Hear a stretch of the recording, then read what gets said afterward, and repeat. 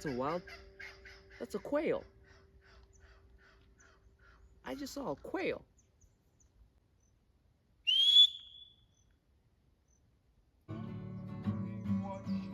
He hasn't seen me yet. There he saw me. Well, this is Brandon with the Advent Cloud Outdoors YouTube channel, and today I decided to take a visit to an ex-quarry mine.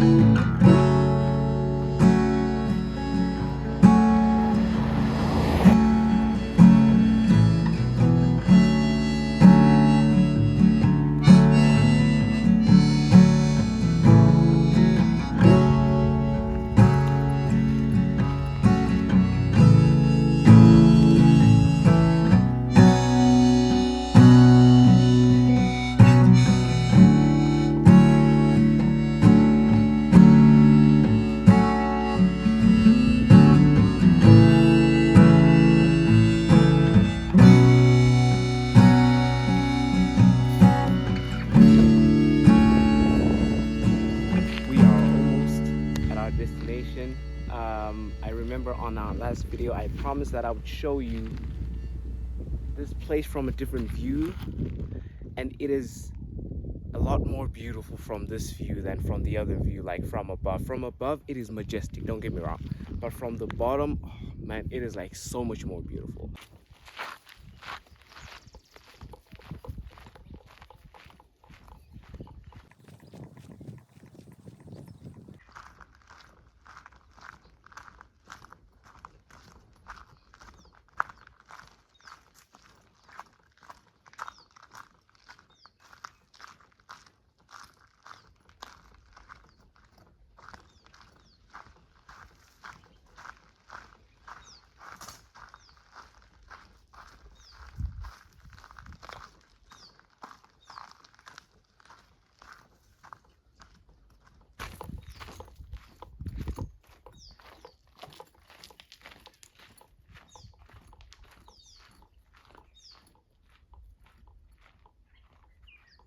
So as you enter and get here, there's these high walls, because this was an old quarry mine. The people that used to mine the quarry, for them to get here, they had to kind of, that's where they used to dig, but then they had to kind of dig the roadway, but they would dig like going down. So all these high walls of rocks that you see here is actually, they were dug out. So this pathway was dug out. Now it creates this sort of valley where you've got like high walls on either side, and it's really a beautiful scene. Let me kind of put into perspective of how high this is and what it actually looks like from my side.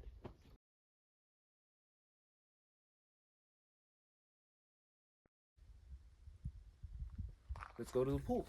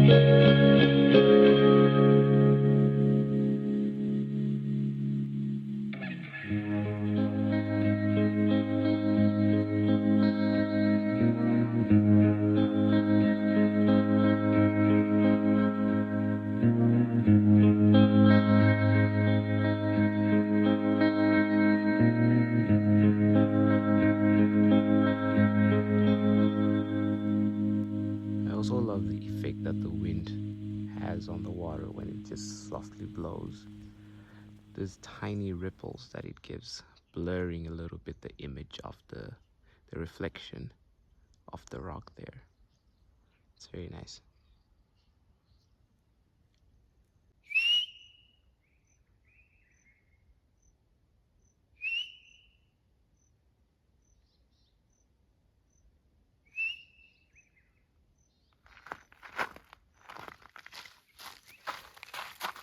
Don't know if you heard the birds replying me on that one.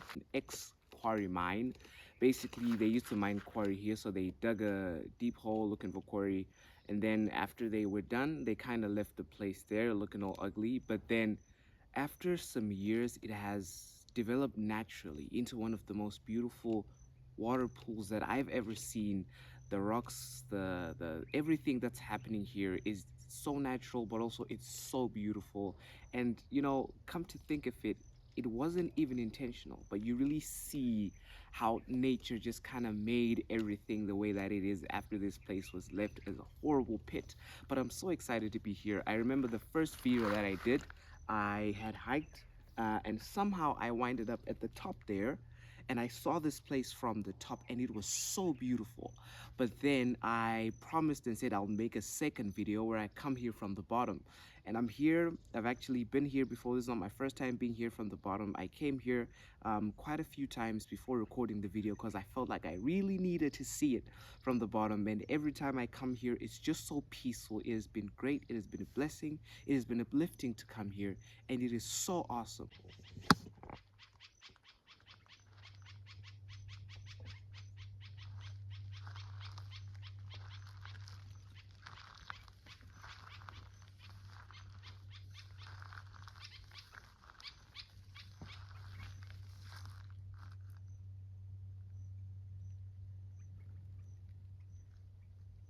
So one of the mysteries that I'm yet to solve about this place is how there are turtles swimming in this water when this is an old um, mine. Unless for some reason or somehow someone like brought some turtle and left them there, because all this water came from the bottom after they dug.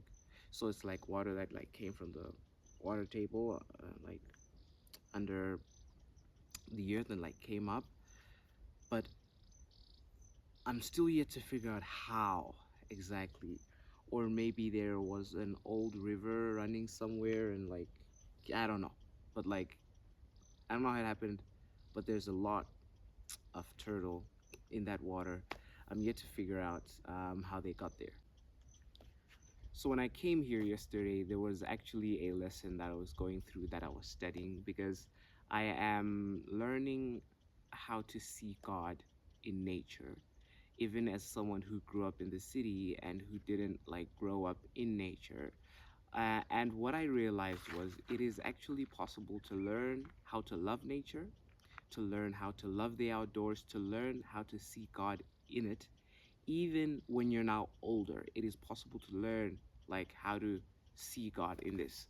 And one of the main things that I realized was there are three attributes, main attributes to God when you link him or when you associate him with his creation, which is wisdom, love, and power.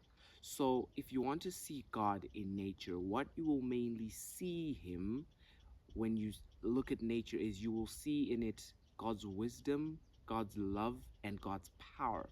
So when you look at something, for example, this pool, or when you look at everything, or you look at a leaf, or whatever it is that you look at in nature, you could actually see God's wisdom, God's love, and God's power. So when I came here yesterday, I was really thinking, how can I see these things in this place that I'm sitting down at? And yesterday, when I came here, I was so taken aback by everything. The calmness of the water, the turtles swimming in it, the birds just flying over the water, the blue sky reflecting off of the water, the sunshine hitting the water, and you see the greenness of the pool, the song of the birds. If you actually listen carefully, you can hear them now a little under my voice. But I really thought about it. I said, where do I see God in this? And I think the first thing that really said something to me was how this place was a reflection of man's selfishness, of how man can like take what he wants and just leaves and leave an ugly pit.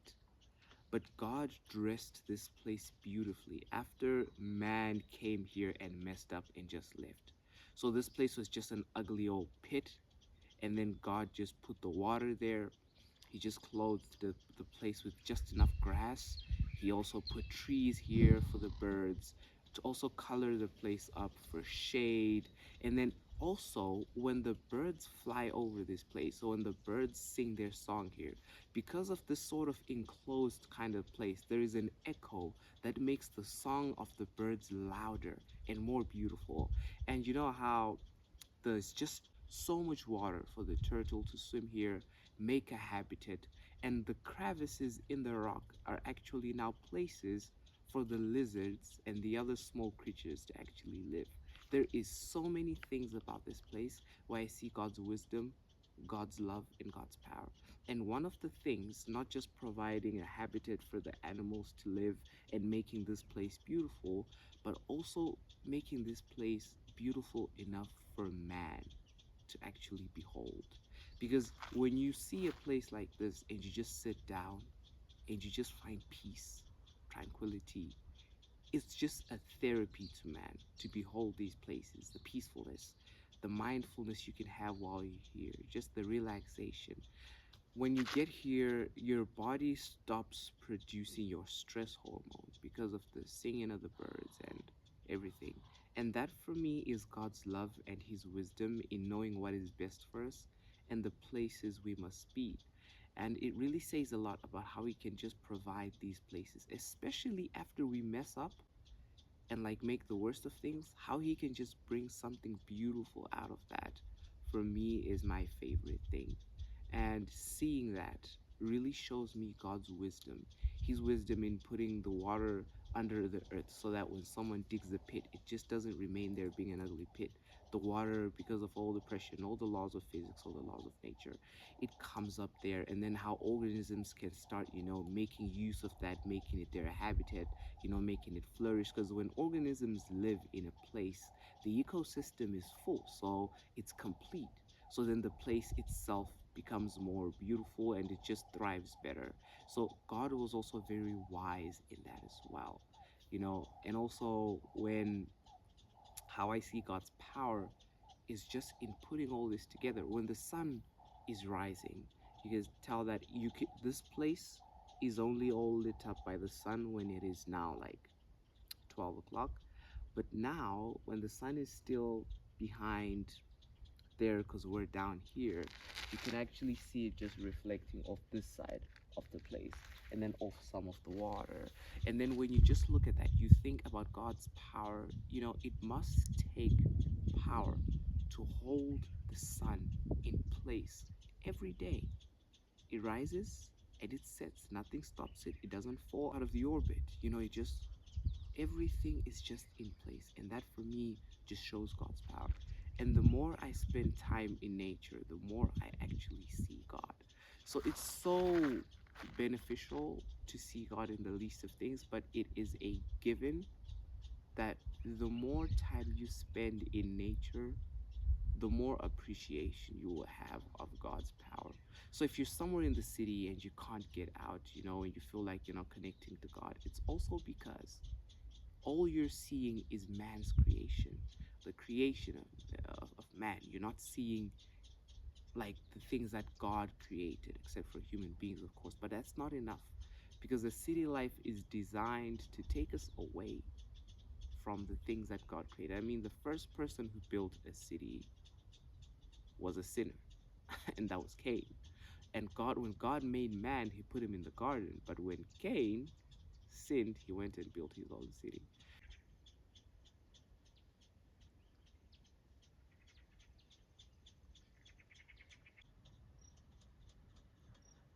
Right there. I think that's a squirrel. It's definitely a squirrel.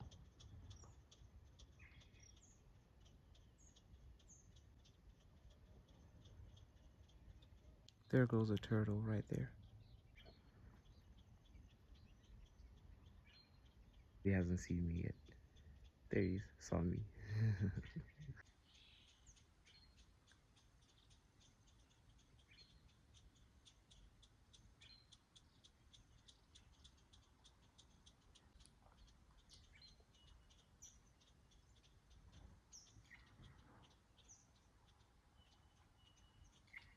You hear that?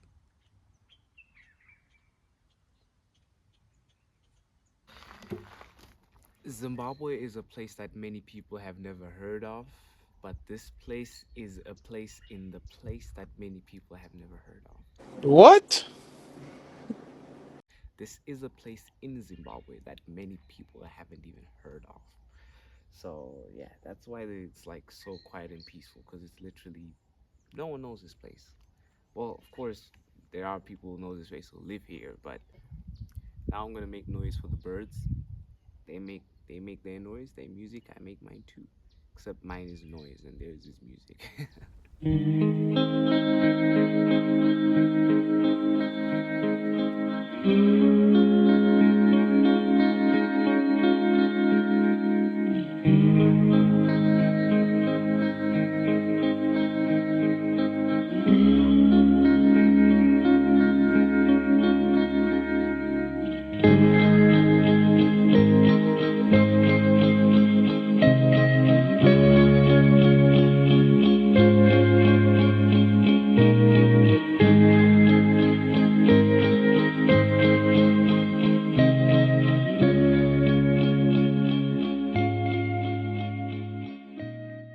Remember that one time the Israelites were in the desert and they cried for a quail, then the Lord sent them a wind of quail. Apparently, though that wind was coming from the east and it was like it had quail, and it was like high. I don't know how high it was, but it was like a huge wall of like quail. And they ate it so much, some of them became gluttonous, and then like they died. For his eye is on the sparrow, and I know he watches me. Let not your heart be troubled, his tender word I hear, and resting on his goodness I lose my doubt and fear. Though by the path he leadeth, but one step I may see, his eye is on the sparrow, and I know he watches me. So when I hear all these birds sing, they're not sparrows, but you get the point. If God is watching over these birds constantly, and he watches over them, then I know that he watches me too, because am I not worth more to him than sparrows? Of course, because I was made in his image. So I see some sunlight is starting to develop here. Wait a minute. That's a wild, that's a quail. I just saw a quail.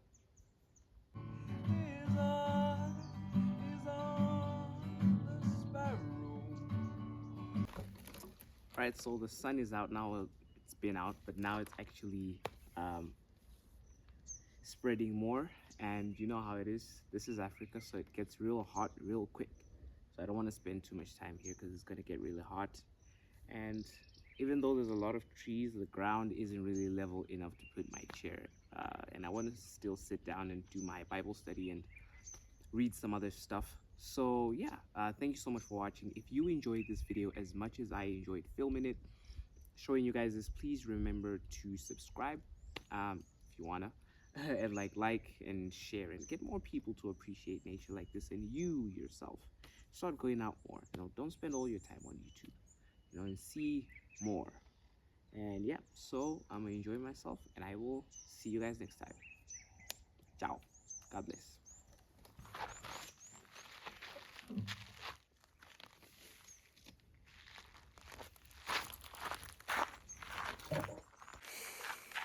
So the fact that this was a quarry mine contributes to how safe the pool generally is. As you can see, there's like um, turtle thriving in the water. That's because quarry mines don't use that many chemicals, almost none at all, because they're just like taking out the rock, right? That's what they're here for, not like other minerals. So this water is relatively safe. I don't want to say completely safe, but it is. Is that a hummingbird? It's not a hummingbird, but it's the color on that bird is beautiful. It's right there on the tree. It's got this green shiny color, but yeah, you can't see that from here. There he goes.